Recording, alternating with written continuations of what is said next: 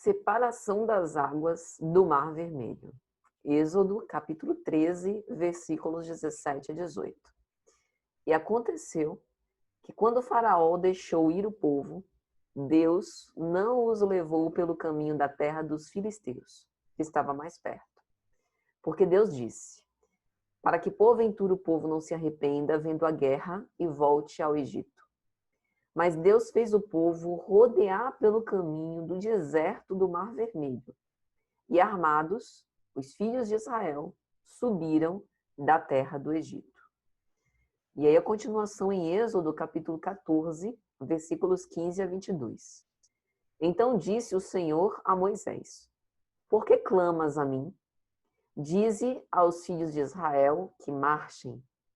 E tu, levanta a tua vara, estende a tua mão sobre o mar e fende-o, para que os filhos de Israel passem pelo meio do mar em seco. E eis que endurecerei o coração dos egípcios, e estes entrarão atrás deles. E eu serei glorificado em Faraó e em todo o seu exército, nos seus carros e nos seus cavaleiros. E os egípcios saberão que eu sou o Senhor, quando for glorificado em Faraó, nos seus carros e nos seus cavaleiros. E o anjo de Deus, que ia diante do exército de Israel, se retirou e ia atrás deles. E também a coluna de nuvem se retirou de diante deles e se pôs atrás deles.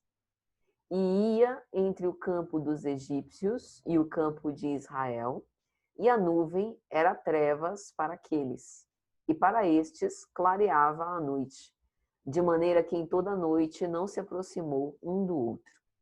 Então Moisés estendeu a sua mão sobre o mar, e o Senhor fez retirar o mar por um forte vento oriental toda aquela noite. E o mar se tornou seco, e as águas foram partidas. E os filhos de Israel entraram pelo meio do mar em seco, e as águas foram-lhes como um muro à sua direita e à sua esquerda.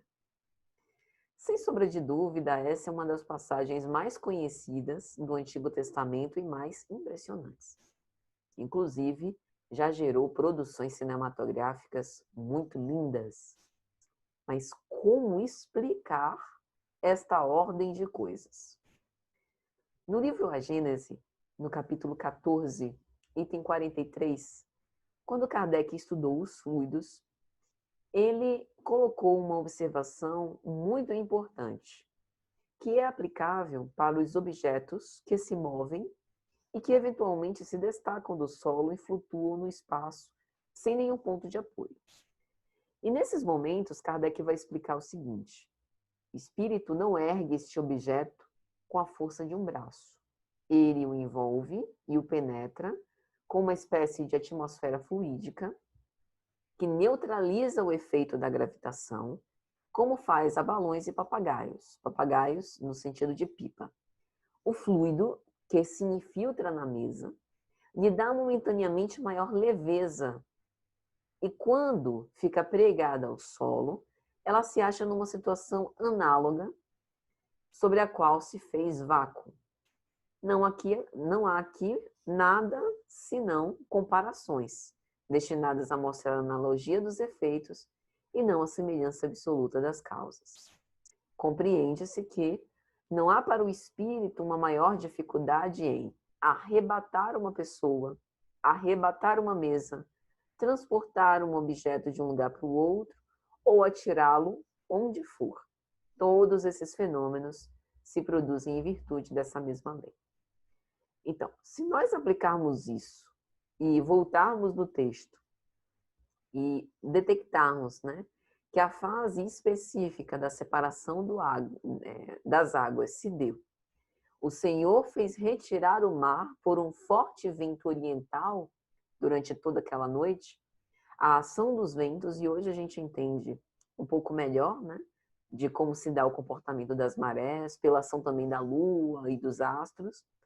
Então, a ação dos ventos pode ter auxiliado na separação das águas E sob o ponto de vista da vontade do Espírito, e em se tratando aqui do próprio Criador, ou dos anjos, que são co-criadores com Deus, através dos quais ele se manifesta, a gente percebe que é bem possível esse tipo de evento impressionante. Mas por que eventos similares a esse não acontecem mais hoje em dia, né? Um outro detalhe interessante, antes da gente continuar nesse raciocínio da ciência espírita, é que, ao contrário do que o Senhor havia feito antes a Moisés, que tinha deixado a coluna de nuvem à frente quando de dia e a coluna de fogo à frente quando de noite, agora o povo estava sendo experimentado. Ou seja, veja que na história, e aqui a gente está considerando, né, não obstante os simbolismos, uma história real. Na história, o povo de Israel ele foi retirado do jugo egípcio. O Senhor providencia uma trilha alternativa para que eles não fossem tentados a voltar perante as primeiras dificuldades que encontrassem. E, adicionado a isso, ele ainda retira a coluna de nuvem durante o dia, a coluna de fogo da frente e põe atrás. Como quem diz, os desbravadores agora são vocês, né? Sob a orientação de Moisés. Então é necessário confiar, sabendo que estamos resguardando, né, digamos assim, a retaguarda, mesmo porque os egípcios viriam atrás deles. E um outro detalhe é que, em O Livro dos Espíritos, nós estudamos o ato de autoridade sobre as inteligências que governam a força das águas, as ações da natureza e a força das águas. E tem um conjunto de questões que Kardec organiza a ação dos espíritos nos fenômenos da natureza, muito interessantes, em que ele vai investigar algo que pode nos elucidar ainda mais essa passagem. Por exemplo, na questão 536, a linha B, nós temos a seguinte pergunta de Kardec. Concebemos perfeitamente que a vontade de Deus seja a causa primária em todos os fenômenos naturais, mas sabemos que os espíritos exercem ação sobre a matéria e que são os agentes da vontade de Deus. Então perguntamos se alguns dentre eles não exercerão certa influência sobre os elementos para os agitar, os acalmar ou dirigir. Em outras palavras, seres espirituais que, sob o influxo do Senhor, podem ter apartado as águas. E que os espíritos imortais vão lhe responder. Evidentemente, nem poderia ser de outro modo. Deus não exerce ação direta sobre a matéria. Ele encontra agentes dedicados em todos os graus na escala dos mundos. E aí, na questão 537, a linha A, Kardec vai perguntar: poderá então haver espíritos que habitem o interior da Terra e presidam aos fenômenos geológicos? Ao que os imortais respondem: tais espíritos não habitam positivamente o centro da Terra. Eles presidem os fenômenos e os dirigem de acordo com as atribuições que têm. Mas dia virá que recebereis a explicação de todos esses fenômenos e os compreendereis melhor. Então, os espíritos se resumem a responder isso, né? Que não é, digamos assim, uma casinha lá no centro da Terra, mas que os espíritos sopram onde querem e cada um com as suas missões. E ainda na questão 539, Kardec vai perguntar: a produção de certos fenômenos, tempestades, por exemplo, é obra de um espírito só ou muitos se reúnem formando grandes massas? E os espíritos vão dizer: reúnem-se em massas inumeráveis.